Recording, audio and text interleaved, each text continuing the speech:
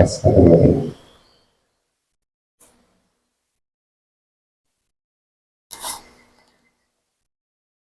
Assalamualaikum warahmatullahi wabarakatuh. Alhamdulillah wa kafa, wassalatu wassalamu ala ibadihi alladhina istafa. Amma ba'd. Ayyuhal ikhwa wal akhwat, a'azzani wa a'azzakumullah. Saudara-saudari yang semoga dimuliakan oleh Allah. Kita bertemu kembali di malam Senin untuk mengkaji Kitab Tauhid alladzi huwa haqqullahi 'alal 'abid karya Syekhul Islam Jadid Dakwah Muhammad bin Abdul Wahhab bin Sulaiman At-Tamimi rahimahullah.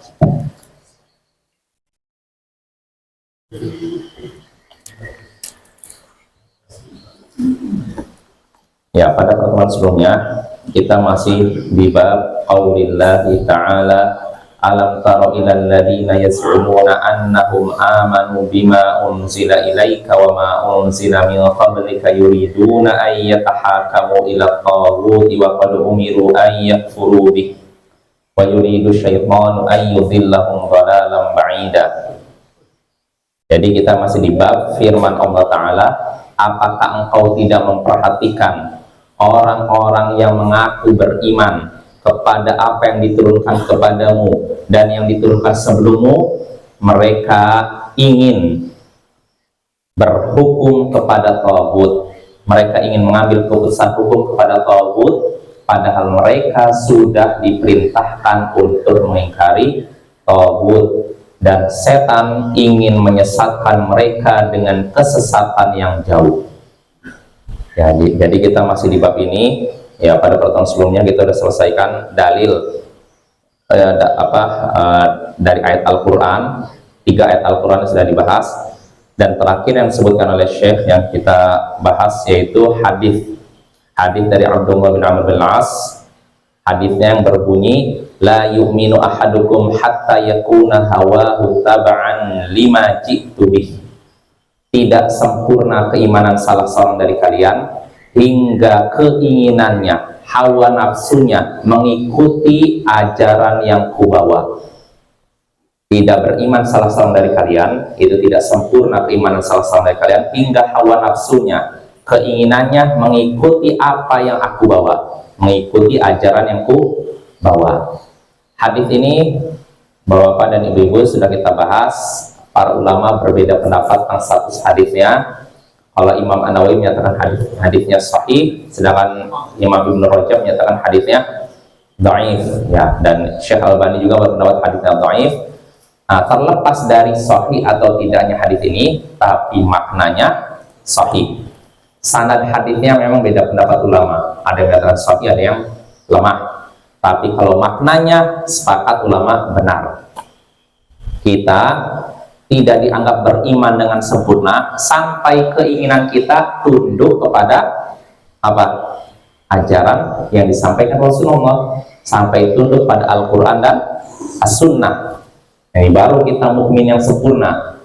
Tapi kalau kita misalkan 90% ngikutin Al-Quran Sunnah, sisanya kita masih ngikuti hawa nafsu. Nah, hawa nafsu kita tidak tunduk kepada Al-Quran Sunnah, berarti iman kita tidak sempurna. Tapi kalau sampai 100% hawa nafsu kita tidak mengikuti Al-Quran dan Sunnah, bagaimana dengan iman kita? Hilang.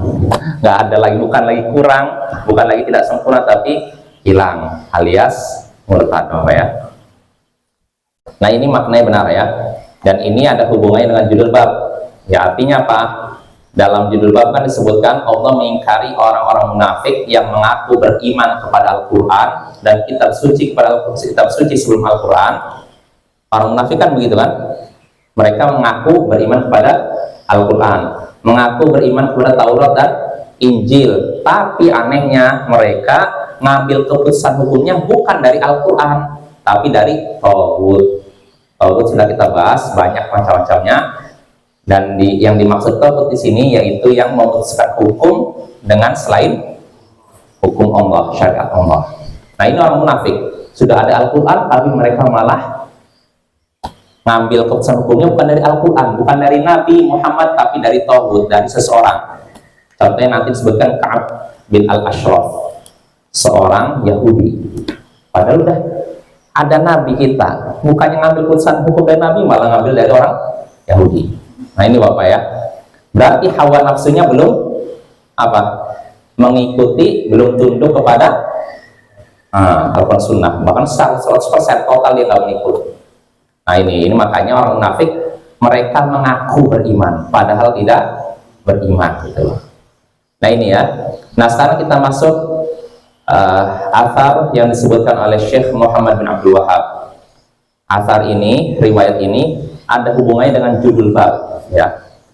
Kita bahas saja. Berkata Syekh Muhammad bin Abdul Wahab rahimahullah, wa qala Sya'bi kana baina rajulin minal munafiqin wa rajulin minal yahud khusumah.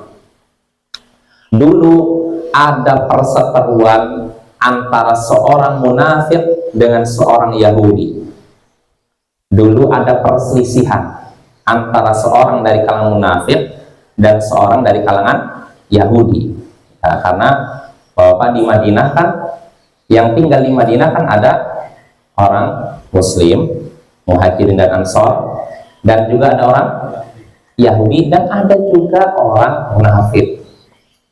Jadi di situ berkumpul beberapa golongan ya. Dan orang munafik menampakkan diri Islam ya. Nah, jadi gitu. Nah, suatu hari kata Syahbi, ada percekcokan, perselisihan antara seorang munafik, orang dari kalangan munafik dengan orang dari kalangan Yahudi. Faqala al-Yahudi, maka orang Yahudi pun berkata, natahakamu ila Muhammad, kita angkat masalah ini kepada Muhammad. Artinya kita sama-sama ngambil keputusan kepada Muhammad. Jadi tentukan yang menyelesaikan masalah kita adalah Muhammad. Ini ucapan siapa? Yahudi, bayangkan, orang Yahudi. Kenapa begitu? Arafa annahu la ya'khudhu rishwah. Karena orang Yahudi ini tahu bahwa Nabi tidak mau menerima. Nah itu. Makanya orang Yahudi ini ketika cek tentang orang munafik, dah kita angkat masalah ini kepada Muhammad. Bukan kepada yang lain, kepada Muhammad, karena tahu orang Yahudi ini seorang Nabi, tidak mau menerima suap, tidak menerima sogok ya. Ini sikap orang Yahudi. Lantas bagaimana dengan si munafik? Wa qala al-munafiq, dan berkatalah si munafik, natahakam ilal Yahudi, kita angkat saja masalah ini kepada kaum Yahudi. Ini kan yang berseteru dengan dia kan orang Yahudi kan. Nah, orang munafik ini kan ngakunya Muslim, ya kan?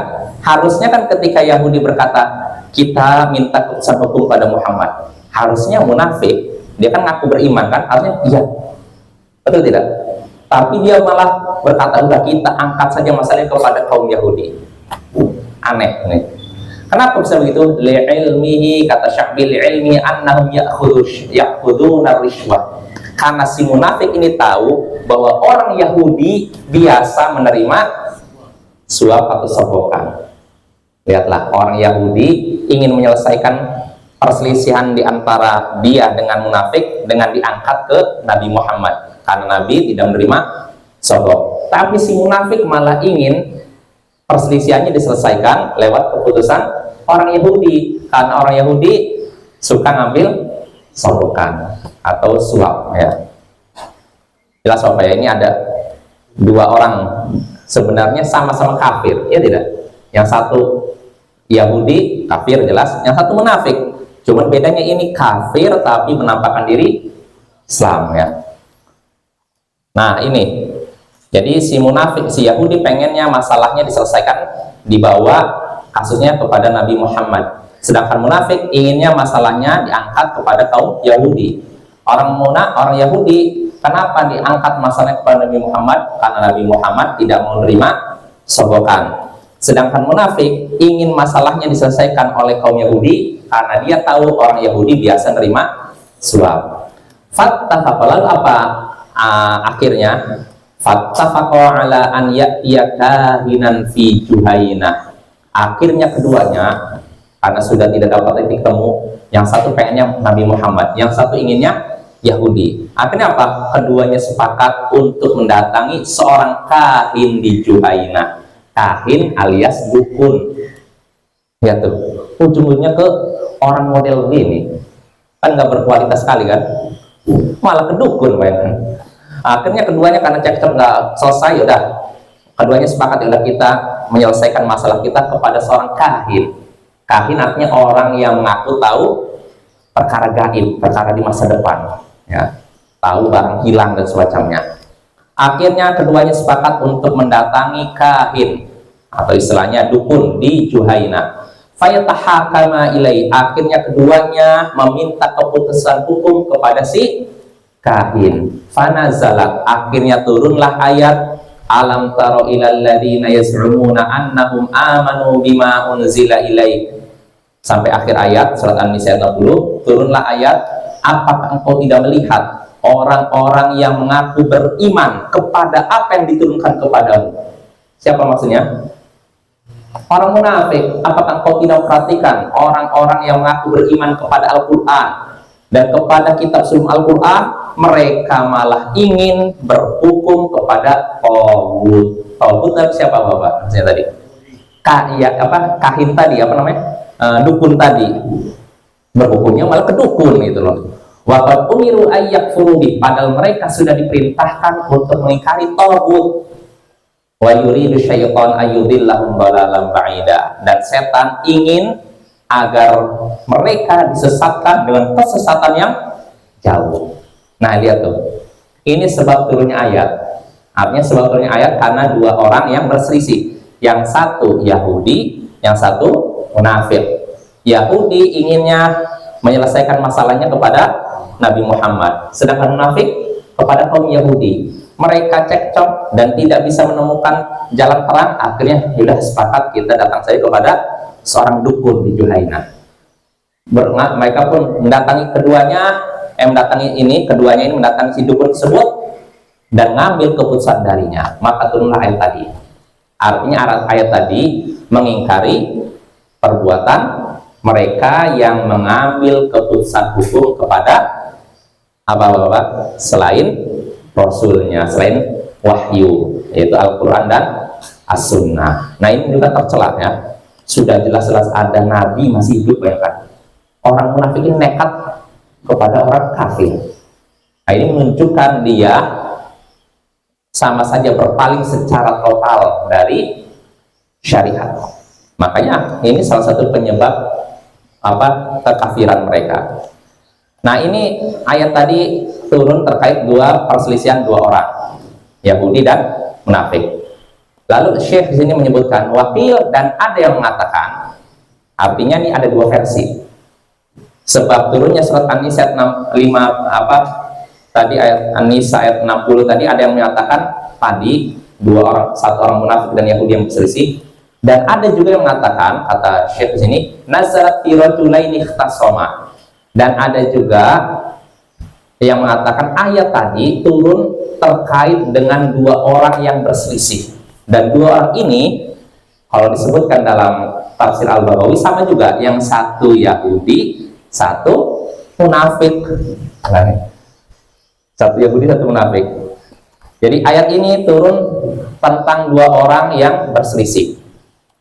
Faqala ahaduhuma, salah seorang dari keduanya berkata, natarafa'u ilan Nabi sallallahu alaihi wasallam. Kita angkat masalah ini kepada Nabi.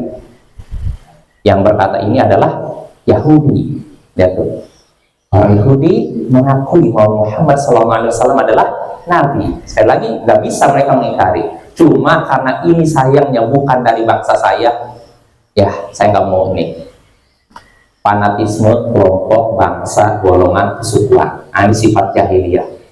Orang Yahudi menolak wahyu, menolak kebenaran karena fanatik kepada sukunya, bangsanya. Maka Bapak jangan sampai sifat ini ada pada diri kita. Kalau yang menyampaikan bukan satu bangsa, satu suku, satu ini ditolak. Kalau satu kampung, satu suku baru terima. Nah, ini sifat jahiliyah. Ya, tidak boleh ada pada diri seorang muslim, apalagi mengaku ahlus sunnah, apalagi mengaku salafi. Ya, salafus soleh, pengikut salafus soleh nggak seperti itu. Nggak ada fanatisme kepada suku, bangsa, dan apapun. hanya fanatisme hanya kepada agama saja, yaitu Islam itu. Nah, jadi kita kembali lagi Bapak. Jadi salah seorang dari keduanya kan dua orang kan berselisih. Salah seorang dari keduanya berkata, "Natarafa'u ilan nabi." Kita angkat masalah ini kepada Nabi. Wa qala al-akhar, yang lainnya berkata, "Ila Ka'b bin al-Ashraf." Kita angkat saja masalah ini kepada Ka'ab bin al-Ashraf. Ka'ab bin al-Ashraf tokoh Yahudi. Jadi yang minta masalahnya diangkat kepada Yahudi adalah orang munafik. Lihat. Orang Yahudi inginnya masalahnya diangkat kepada Nabi Muhammad, tapi orang munafik malah minta masalahnya diangkat kepada orang Yahudi. Ya. Akhirnya ini ada dua versi Bapak ya. Yang ini versi kedua. Akhirnya thumma tarafa'a ila Umar. Akhirnya keduanya mengangkat masalah ini kepada Umar. Karena yang satu pengen kita kepada Muhammad saja, yang satu enggak, Ka'ab bin al-Ashraf. Terus debat-debat nggak selesai. Akhirnya udahlah, kalau gitu kita datang aja kepada Umar. Umar siapa maksudnya? Umar bin Al-Khattab, sahabat Nabi. Kita angkat saja masalah ini kepada Umar bin Al-Khattab. Fadzakara lahu ahaduhum al-qissah. Akhirnya salah seorang dari dua orang berselisih ini menyebutkan kisahnya. Oh, saya cocok dengan ini nih. Dia pengennya masalah diangkat kepada Muhammad. Saya pengennya kepada Muhammad, tapi dia malah pengennya kepada Ka'ab bin al-Ashraf, tokoh Yahudi. Nah, akhirnya apa? Setelah diceritakan, faqala lilladzi lam yarda bi Rasulillah sallallahu alaihi wasallam. Akhirnya Umar pun, kan mereka kan ngadu kepada Umar. Umar pun berkata kepada orang yang tidak ridho dengan keputusan Rasulullah. Siapa? Orang munafik. Ya, orang Yahudi kan pengen sama Nabi. Ini munafik nggak mau. Umar berkata kepada si munafik ini, yang tidak ridho dengan keputusan Rasulullah. Apakah betul kamu tidak mau berhukum kepada Rasulullah? Tidak mau mengambil keputusan dari Rasulullah? Maka si munafik berkata, "Na'am." Umar pun langsung terbaskan pedangnya ke ini faqatalah. Adarabahu bisayf faqatalah. Akhirnya Umar pun menerjang orang tersebut dengan pedangnya lalu membunuhnya. Hukum mati. Nah, itu Bapak. Ini riwayatnya singkat. Kalau yang dalam tafsir Al-Baghawi disebutkan ketika dua orang ini mengadu, Umar berkata kepada keduanya, "Duwaidukuma hatta akhruja ilaikum." Kalian tunggu di sini berdua ya. Kalian berdua tunggu di sini sampai nanti saya menemui kalian lagi. Jadi ketika duanya ngadu, kata Umar, "Tunggu di sini ya, saya masuk dulu, nanti menemui kalian." Akhirnya Umar dalam, lalu keluar bawa pedang langsung dihukum. Orang munafik ini tebas langsung mati. Nah, jelas Bapak ya.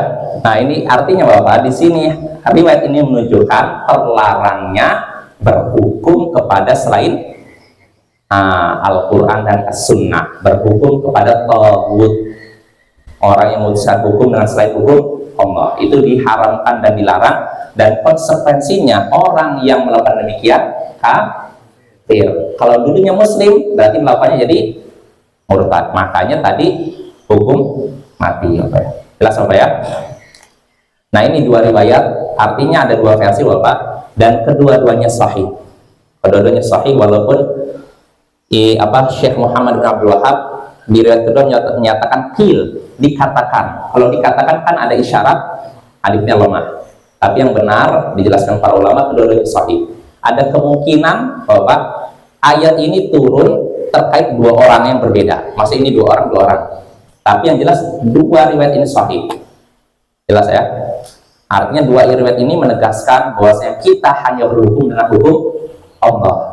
Nggak boleh berhukum dengan selain hukum Allah, siapapun itu, walaupun Umar bin Khattab. Sudah jelas ada Nabi malah mengambil keputusan Umar. Ini namanya kan sikap yang lancang. Nabi ada di depan mereka, hidup di masa mereka, malah nggak mau, malah nyari Umar, nyari keringanan. Karena kalau misalkan Nabi ini merasa berat dengan Umar, siapa tahu kalau minta keputusan hukum dari Umar mungkin diperingan. Padahal Umar lebih garang lagi Bapak ya. Umar itu sosok yang tegas dia. Kalau menyaksikan ada orang yang dianggap lancang pada Nabi, Umar sering ngomong, "Udah saya penggal aja lehernya wahai Nabi." Bagaimana kalau saya penggal aja lehernya? Nabi Umar itu apa ngambil keputusan Nah, inilah yang dijelaskan oleh Syekh Utsaimin. Nanti mungkin kita bahas di bawahnya. Ya. Kita ada penjelasan dari Syekh Muhammad bin Shalih Utsaimin. Ya, artinya ini dulu Bapak, Ibu-ibu. Artinya kita ini dulu, kalau masalah sengketa nanti tunda, di bawah ada ininya, keterangannya. Artinya dari dua riwayat tadi menunjukkan wajibnya berhukum kepada hukum Allah, diharamkan dan dilarang berhukum kepada selain Allah, siapapun itu. Keputusan siapapun itu kalau memang bertentangan dengan Al-Quran Sunnah, maka kita tidak boleh menggunakannya, karena itu konsekuensinya kita keluar dari Islam. Ya, kalau dulunya Muslim jadi kafir. Jelas Bapak? Nah, sekarang kita baru masuk masail. Di sini masalah atau mungkin bisa dibilang kayak kesimpulan dari bab yang isi bab ini ya.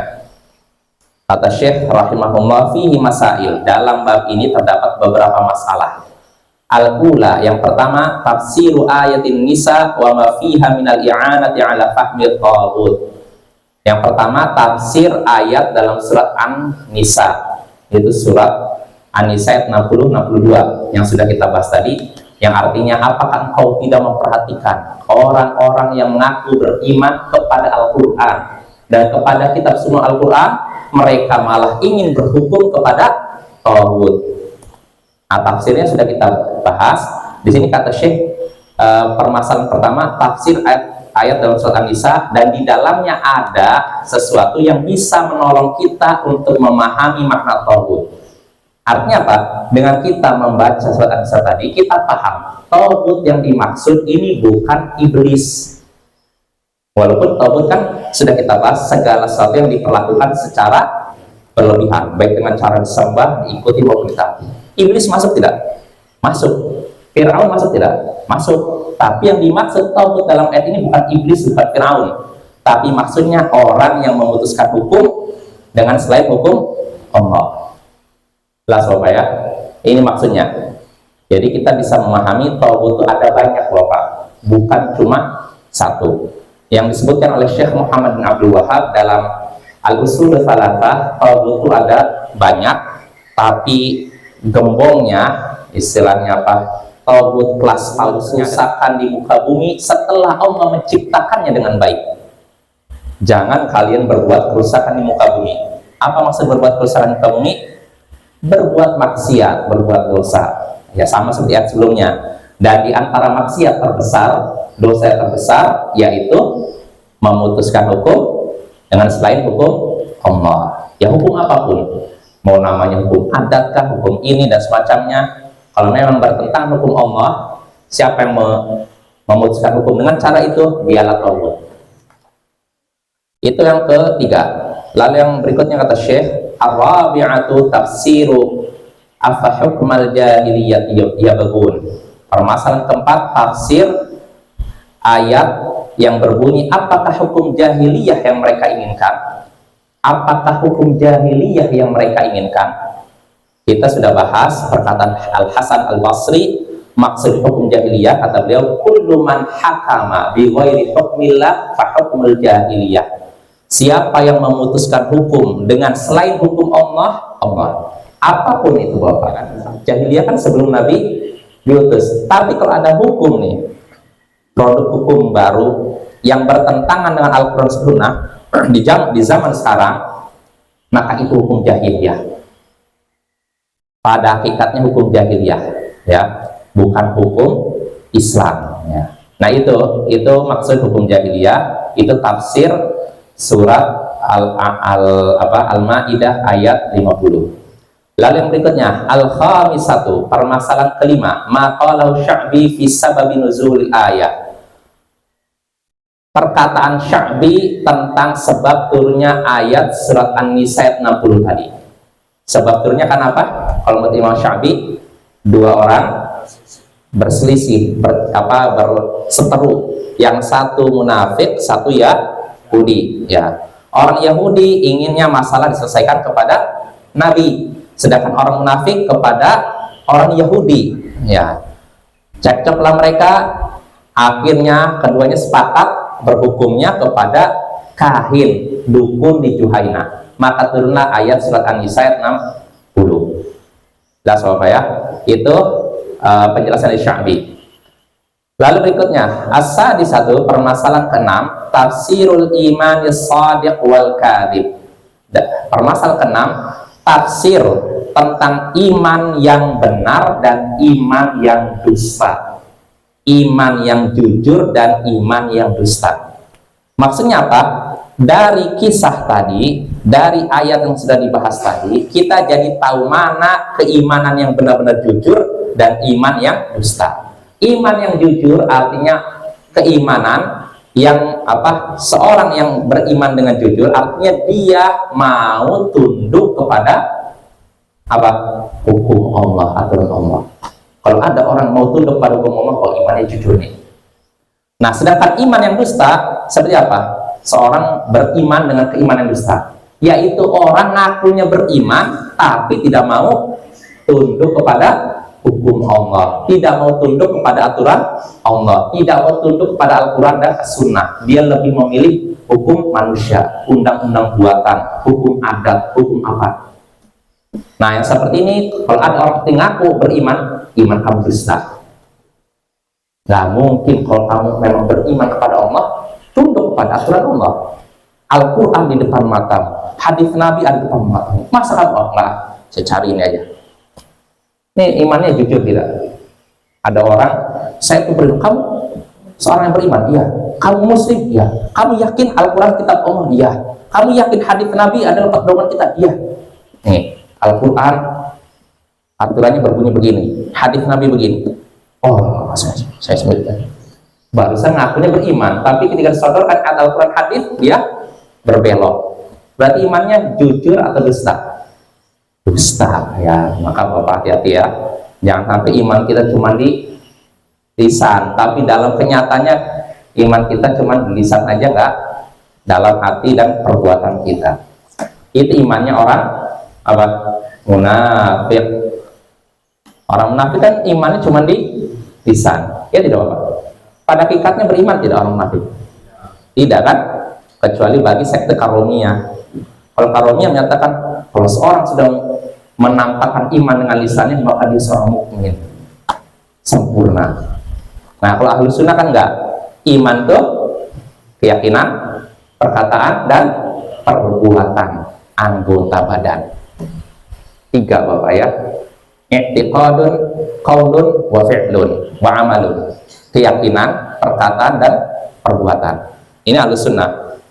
Kalau Murji'ah menyatakan yang namanya iman cuma ini. Kalau seorang sudah saya dalam hatinya yakin Allah adalah Tuhannya, Nabi Muhammad adalah Rasulnya, maka kalau lisannya mencela Allah, lisannya mencela Nabi, tidak mau sholat, tidak mau melaksanakan hukum Islam, kalau menurut Murji'ah dia seorang mukmin sempurna imannya. Yang Murji'ah. Nah, ini pertama Murji'ah. Lalu Karomiyah agak beda. Kata mereka kalau seorang sudah menampakkan keimanan dengan lisannya, walaupun hatinya mendustakannya, maka dia sudah dianggap beriman. Nah, ini Karomiyah. Sedangkan Murji'ah fuqaha menyatakan iman itu cuma keyakinan dengan lisan, anggota badan, amalan tidak termasuk iman. Semua pendapat ini pendapat batil. Yang benar pendapat Ahlus Sunnah, iman itu keyakinan, perkataan, dan perbuatan. Karena kalau kita meyakini iman cuma ini, Bapak cuma yakin, berarti Fir'aun seorang mukmin kan? Ya, makanya dulu Bapak kan ada sebuah seminar Fir'aun mukmin sejati. Ada seorang dosen di Indonesia bikin seminar Fir'aun mukmin sejati. Kenapa dia sampai meyakini seperti itu? Karena dia meyakini iman itu cuma, dan Fir'aun yakin tidak bahwa Allah itu Tuhannya, yakin tidak Nabi Musa seorang Rasul, yakin, tapi lisannya nolak, anggota badannya nolak. Kalau bagi orang Murji'ah dia mukmin sempurna. Nah, ini pertama. Nah, kalau bagi Karomiyah, orang munafik kan Karomiyah menyatakan iman cuma lisan. Berarti kalau memang iman itu cuma lisan, konsekuensinya orang munafik di zaman Nabi, orang yang beriman, Abdullah bin Ubay yang sudah divonis masuk neraka, berarti dikatakan orang mukmin. Makanya ini pendapat yang batil ya. Begitu pendapat murji'ah fuqaha, iman tuh ini dan ini saja. Ini juga batil karena banyak ayat Al-Qur'an, banyak ayat Al-Qur'an dan hadis Nabi yang menyebutkan bahwa iman tuh ini dan ini. Banyak Bapak ya, contohnya dalam surat Ali Imran, dalam surat Al-Baqarah, Allah berfirman, "Wa ma kana Allahu liyudhi'a imanakum." Allah sekali-kali tidak akan menyia-nyiakan iman kalian. Iman kalian tidak akan disia-siakan oleh Allah. Apa maksud iman di sini? Sholat. Artinya ayat ini turun terkait ini. Dulu para sahabat Nabi sholatnya menghadap Palestina, kan, Baitul Maqdis kan. Ketika hijrah selama 13 bulan masih menghadap Palestina. Barulah turun ayat yang memerintahkan mereka menghadap Mekah, Ka'bah. Nah, yang jadi masalah ketika sebelum kiblat dipindahkan, sudah ada sahabat Nabi yang meninggal. Maka ketika turun ayat pemindahan kiblat, para sahabat bertanya, lantas bagaimana nasib saudara-saudara kami yang dulunya sholat ke Baitul Maqdis dan belum sempat mereka keburu meninggal, gimana nasib sholat mereka, ibadah gitu. Jelas apa ya? Gimana nih, mereka belum sempat sholat ke Ka'bah, sholatnya ke Baitul Maqdis dan mereka meninggal. Gimana nih? Maka Allah turunkan ayat tadi, Allah tidak akan menyia-nyiakan iman kalian. Apa maksud iman sini? Sholat kalian ke Baitul Maqdis, ke Palestina. Ini menunjukkan bahwa iman tuh diantaranya apa? Selain keyakinan, perkataan, amalan, perbuatan. Sholat ini termasuk iman. Nah itu dalil Al-Quran. Ada dalil hadis, diantaranya hadis yang mungkin Bapak pernah dengar, al-iman bid'un wa sab'una syu'bah. Iman itu ada sekitar 7, 10, 70 sekian cabang. Fa'alaha qaulu la ilaha illallah. Yang paling tinggi cabang keimanan adalah ucapan la ilaha illallah. Wa adnaha imatatul adha 'anil thariq. Dan cabang iman yang paling rendah menyingkirkan gangguan dari jalan. Kita lagi jalan di depan tuh, lalu ada paku gini, kita singkirkan. Nah, ini cabang keimanan yang terendah. Lalu kata Nabi, wal haya'u syu'batun minal iman. Dan malu termasuk cabang keimanan. Nah, dalam hadis ini dalam Sahih Bukhari Muslim aja, Nabi menyebutkan 3 cabang keimanan. Pertama, ucapan, ini cabang keimanan tertinggi. Kedua, menyingkirkan gangguan di jalan. Lalu terakhir, malu. Di sini disebutkan iman itu keyakinan, perkataan dan perbuatan. Kalau keyakinan, amalan hati, contohnya apa tadi? Malu. Malu kan amalan hati kan? Ya tidak. Tuh. Lalu kedua, perkataan. Apa dalam hadis tadi perkataan? La ilaha illallah. Lalu ketiga, anggota badan, amalan anggota badan. Apa itu? Ini menunjukkan iman. Ini dan ini, bukan cuma ini saja. Jelas apa ya? Bukan cuma ini saja, atau pokoknya ini saja. Pokoknya 3 unsur, keyakinan, perkataan dan perbuatan. Nah, itu tentang iman yang jujur, iman yang dusta. Lalu berikutnya, as-sabi'atu, permasalahan ke-7 yang disebutkan oleh Syekh di sini, kisah Umar ma'al munafiq. Kisah Umar bersama orang munafik. Apa maksudnya? Kisah Umar menebas orang munafik dengan pedangnya. Nah, tadi kan dikatakan sering gimana nih? Umar bin Khattab kok main hakim sendiri? Kan ada pemimpin Nabi. Gimana kok bisa begitu? Nah, kata Syekh Ibnu Utsaimin, yang tampak Umar bin Khattab ini tidak bisa menahan dirinya, saking dia semangatnya, saking istilahnya kecemburuannya terhadap agama, menyaksikan orang itu dia udah gak tahan lagi. Nah gitu. Karena Umar tahu bahwa hukuman bagi orang yang tidak mau berhukum dengan hukum selain Allah, dengan hukum Allah, apa hukumannya? Nah, karena dia dianggap kafir, murtad. Orang murtad ditebas. Umar tahu hukuman bagi orang yang tidak mau berhukum hukum Allah adalah kafir, murtad. Sedangkan hukuman bagi orang murtad, jadi kata Syekh di sini yang nampak Umar bin Khattab ketika itu lam yatamallak nafsah, dia tidak bisa menahan dirinya, saking Orang gemes tuh gimana Bapak ya? Ngeliat orang gitu, ini orang udah bener kurang aja hebatnya gitu loh, langsung keluar ngetop ya. Nah itu Bapak ya. Dan setelah Umar melakukan itu, Nabi juga tidak mengingkari. Ya jelas Bapak ya. Tapi memang hukum asalnya Bapak, dalam masalah penegakan hukum, yang berhak melaksanakan hanyalah penguasa atau orang yang ditunjuk penguasa. Tidak semua kita. Jadi nggak bisa kita main hakim sendiri, misalkan oh itu mencuri sini potong. Dalam Islam itu Bapak, untuk potong tangan, hukum potong tangan karena mencuri atau zina, dirajam, ini prosesnya lama. Jadi nggak langsung begitu, harus cek dulu orangnya ini gila atau tidak. Contohnya Nabi ketika ada seorang sahabatnya Ma'is ngaku zina, pengen dirajam. Nabi bertanya, tapi ke junub ada gila pada dirimu? Tapi ngecek dulu, karena bakal ini orang gila nih ngaku ini, dicek lagi. Atau coba cium, mulutnya ada aroma ini enggak? Apa? Alkohol. Jangan mabuk dia ngomong gini, terus saja. Tapi dia terus minta dijatuhkan hukuman. Dia minta, wahai Nabi saya udah zina. Nabi berpaling. Dia datang lagi sini, wahai Nabi saya udah zina. Nabi berpaling. Wahai Nabi saya udah zina. Terus saja, sampai 3 atau 4 kali. Barulah Nabi ngecek, ini orang stres enggak? Ini orang ini mabok enggak? Oh enggak, ya sudah, baru diputuskan. Jadi Bapak, untuk penegakan hukum itu nggak bisa sembarangan, harus hati-hati. Makanya penguasalah yang berhak seperti itu. Ya contohnya ini Bapak, masalah rajam tadi. Saya lihat video Firanda, mungkin ada yang melihat ya, kisah seorang wanita Indonesia kayaknya. Wanita Indonesia terancam hukum rajam. Dia sudah nikah lalu berzina. Jadi ceritanya saya lihat di internet, saya ketawa-ketawa sendiri aja. Jadi wanita Indonesia ini ngaku dia bukan tertangkap basah oleh orang berzina dengan laki-laki lain, tapi memang dia ngaku sendiri. Dia ngerasa udah bersalah. Saya tuh pengen menyucikan diri saya dengan cara apa? Rajam. Akhirnya dia datang pada hakim. Sana kan ada qadhi kan, hakim. Saya udah ini berzina, tolong jatuhkan hukuman kepada saya. Akhirnya hakim nanya kepada dia, kamu yakin benar-benar berzina? Iya yakin. Kamu ini benar melakukan itu seperti timba masuk sumur? Artinya jelas Bapak.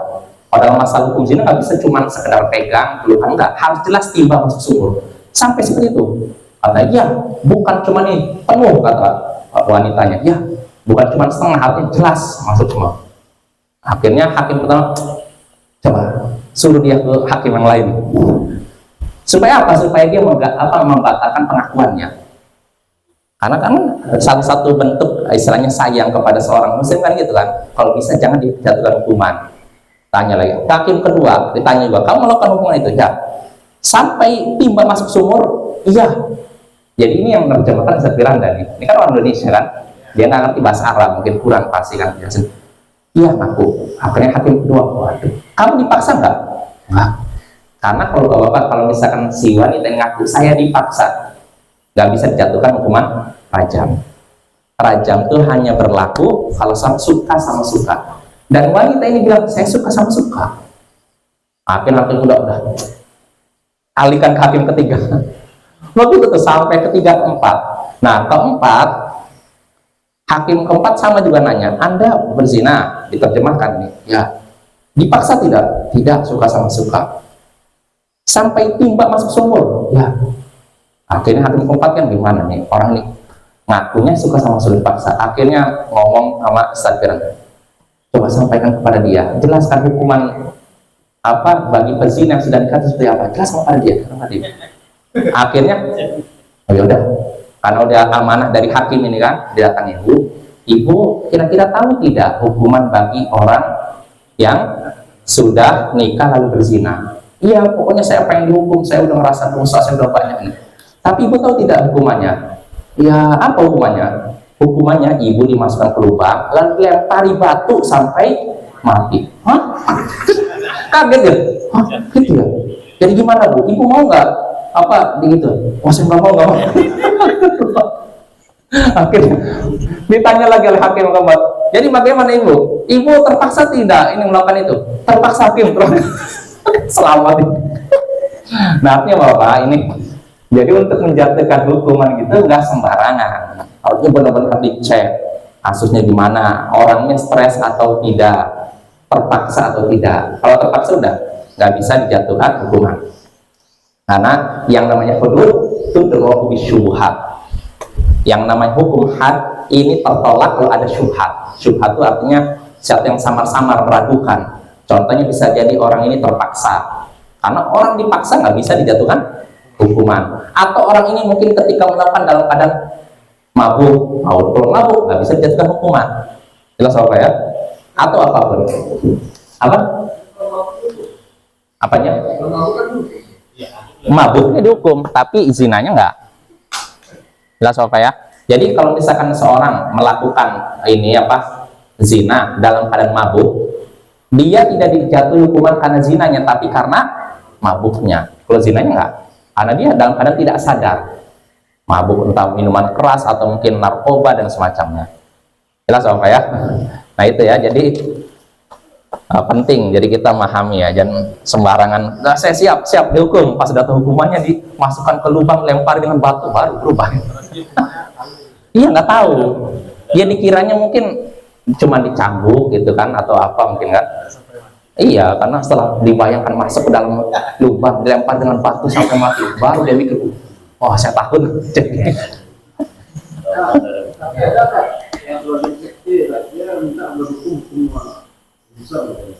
Hah? Di mana itu? Jadi askar jihad. Ya ada syubhat juga, mereka ada syubhat juga, karena mereka beralasan ketika itu pemimpinnya sudah nggak dianggap, sudah bukan muslim, alasannya ketika itu, karena pemimpinnya dianggap sudah melakukan kekafiran yang sharih, yang jelas. Karena ini udah nggak dianggap, makanya mereka membolehkan mempraktekkan sendiri. Tapi ini juga keliru ya. Artinya sekali lagi nggak bisa sembarangan. Makanya sikap mereka disalahkan oleh sebagian ulama. Ketika sebagian ulama mendengar praktek yang dilakukan oleh sebagian laskar, mereka mengingkari.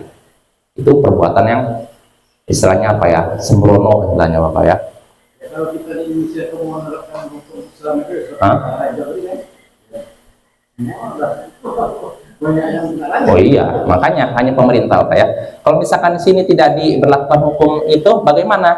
Misalkan seorang berzina dalam keadaan sudah nikah, dia merasa wah kalau dalam Islam hukuman bagi yang berzina sudah nikah dirajam, dimasukkan ke lubang, lalu lempari batu sampai meninggal. Nah di Indonesia kan nggak ada.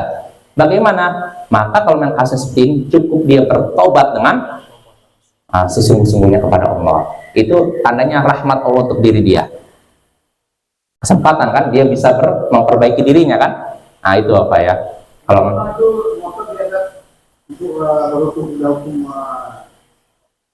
di sini kalau di Indonesia nggak bisa. Kalau memang nggak dilaksanakan oleh penguasa, oleh pemimpin, entah presiden kan namanya, perdana menteri atau nggak dianggap ya, maka itu termasuk sikap yang keliru ya. Habis ya. Ya cukup Bapak ya. Jadi pada apa? Apa? Juhaina. Allah alam.